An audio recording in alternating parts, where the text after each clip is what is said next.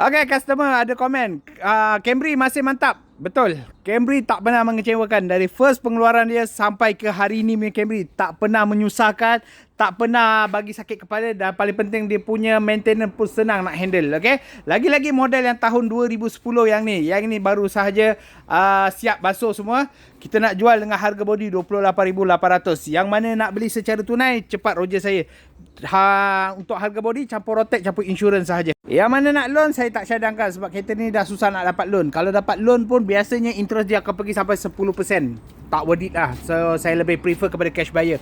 Okay. Yang ni dalam proses lagi. Kereta dah siap basuh dah. Cuma dia punya seat kita pergi hantar jahit balik dia punya, cushion tu ada koyak sikit. So, kita tengah repair balik. So, yang lain semua masih cantik lagi. Kalau tengok. Okay. Semua masih standard lagi. Original lagi. Okay.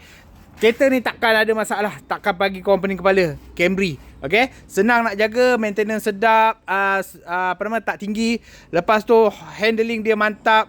Long distance paling sedap punya. Minyak memang jimat. Kalau lagi-lagi kalau kita pakai long distance.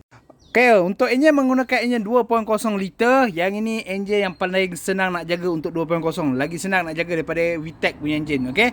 So maintenance dia pun murah. Spare part dia pun bersepah. Okay, kalau korang yang mana nak jimat minyak untuk keluarga, ini kereta yang saya boleh considerkan. Memang sangat-sangat berbaloi. Okay, boleh tengok tak ada kesal leaking langsung. Tak ada langsung kesal banjir. Okay, so siapa yang nak beli secara tunai, boleh datang ke showroom saya. Kita test drive sama-sama, insyaAllah. So kalau kau nak dapatkan info lebih pasal kereta Camry ni atau kereta lain, saya ada banyak lagi kereta kat depan. Okay, kontak dengan saya, isi form biru dekat bawah ataupun masuk ke profile saya, tekan link dekat situ. Nanti kita sembang, saya hantar detail-detail kereta. Okay, so nak mencari kereta terbakar, jangan lupa cari saya Syahrin di Mafoto. Assalamualaikum guys.